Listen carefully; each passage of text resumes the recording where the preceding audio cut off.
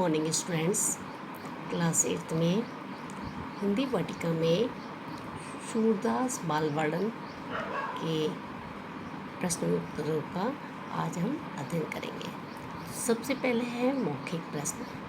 मौखिक प्रश्न में श्री कृष्ण माँ से क्या नहीं खाने की बात कर रहे हैं? तो श्री कृष्ण माँ से मक्खन नहीं खाने की बात कर रहे हैं। श्री कृष्ण माँ से क्या नहीं खाने की बात कर रहे हैं? श्री कृष्ण माँ से मक्खन नहीं खाने की बात कर रहे हैं। अब अगला प्रश्न है, श्री कृष्ण मधुबन से कब घर आए हैं? तो श्री कृष्ण मधुबन से सांझ यानी शाम के समय घर आए हैं। अगला प्रश्न है, श्री कृष्ण को माँ भोली क्यों लगती है?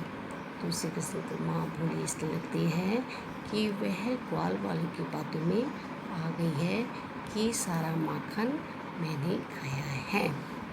तो श्री कृष्ण को माँ भोली इसलिए लगती है क्योंकि वह ग्वाल वालों की बातों में आ गई है, माखन मैंने खाया है। अगला प्रश्न है, श्री कृष्ण को कौन चिढ़ा रहे हैं? तो श्री कृष्ण को बलराम चिढ़ा रहे हैं। कौन चिढ़ा रहे हैं? बलराम। अब अगला प्रश्न है, यशोदा ने हंसकर क्या किया? यशोदा ने हंसकर श्री कृष्ण को गले से लगा लिया। अब है आपके सामने सही उत्तर पर सही लगाइए। तो सबसे पहला है, यशोदा किसकी सौगंध खा रही हैं?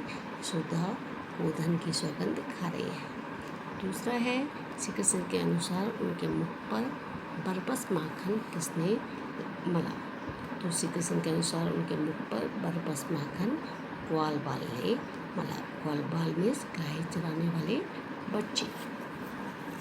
अब है आपके सामने नेक्स्ट अगला प्रश्न, मैया मोही दाऊ बहुत खिंचायो। मैया मोही दाऊ बहुत खिंचायो में दाऊ शब्द किसके लिए प्रयुक्त किया गया है? यानी प्रयोग किया गया है। तो किसके लिए प्रयोग किया गया है? बलभद्र के लिए यानी बलराम के लिए। अब आपके सामने लिखित प्रश्न है। सबसे पहला है, श्री कृष्ण को बलराम क्या कहकर चिढ़ा रहे हैं? तो श्री कृष्ण को बलराम यह कहकर चिढ़ा रहे हैं, तुझे तो खरीदा है, तुझे कब यशोदा माता ने जन्म दिया?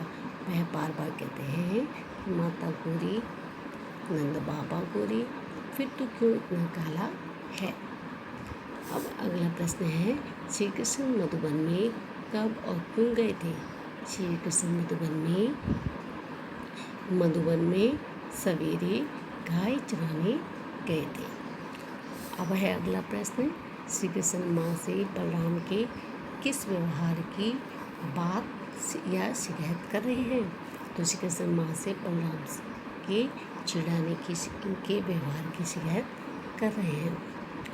अब है अगला प्रश्न, पद 2 के आधार पर श्री कृष्ण द्वारा की गई बाल सुलभ चेष्टाएँ लिखिए। पद 2 के आधार पर श्री कृष्ण माता यशोदा पर नाराज होते हैं कि तू हमेशा मुझे ही मारती रहती है। कभी बलराम भैया पर कभी नाराज नहीं होती। अब अगला प्रश्न है, पहले पद में यशोदा श्री कृष्ण को किस बात पर हंसकर उन्हें गले लगा लेती है?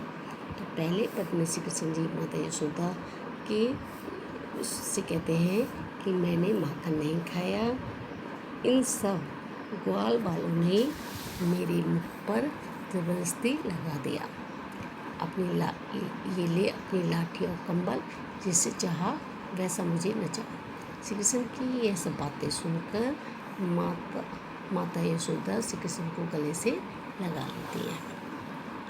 अब है उत्तर विस्तार से लिखिए। तो पहला है, माखन ना खाने के लिए श्री कृष्ण किन शब्दों में अपनी सफाई प्रकट कर रहे हैं? माखन ना खाने के लिए श्री कृष्ण माता यशोदा से कहते हैं, भैया मैंने नहीं माखन खाया, मेरी बाहें छोटी हैं और छीके तक नहीं पहुंचती, तो ग्वाल वालों ने जबरदस्ती मेरे मुख पर लगा दिया। अगला प्रश्न है, माखन खाने की बात से नाराज माँ का ध्यान आकर्षित करने के लिए श्री कृष्ण क्या क्या बातें कहते हैं? माखन खाने की बात से नाराज माँ का ध्यान आकर्षित करने के लिए श्री कृष्ण कहते हैं कि हे माँ, तो बड़ी भोली है जो इनकी बातों में आ गई है। अवश्य तेरे मन में कुछ शक पैदा हो गया है, तो मुझे पराया समझती है। अब है अगला प्रश्न। दूसरे पद के अनुसार श्री कृष्ण माँ से बलराम के किस व्यवहार की शिकायत कर रहे हैं? दूसरे पद के अनुसार श्री कृष्ण माँ से चिढ़ाने की शिकायत कर रहे हैं।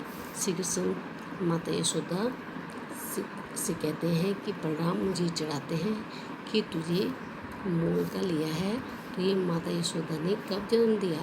नंद बाबा गोरी, माता यशोदा गोरी, फिर इतना काला है। अगला प्रश्न। श्री कृष्ण को ऐसा क्यों लगता है कि माँ उसे कुछ भेदभाव कर रही है?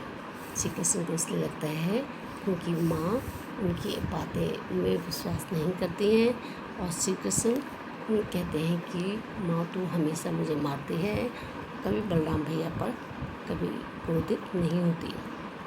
अगला प्रश्न, अंतिम प्रश्न। दूसरे पद के अनुसार श्री कृष्ण के गुस्से पर यशोदा पर क्या प्रतिक्रिया होती है? दूसरे पद के अनुसार श्री कृष्ण के गुस्से की प्रतिक्रिया पर यशोदा माता श्री कृष्ण को अपने हृदय से लगा लेते हैं। तो बच्चों, आज अपनी पाठ 4 सूरदास बालवर्णन के प्रश्न उत्तरों का अध्ययन किया। आशा करती हूँ कि आपको ये सब प्रश्न उत्तर समझ में आ गए होंगे। Thank you so much.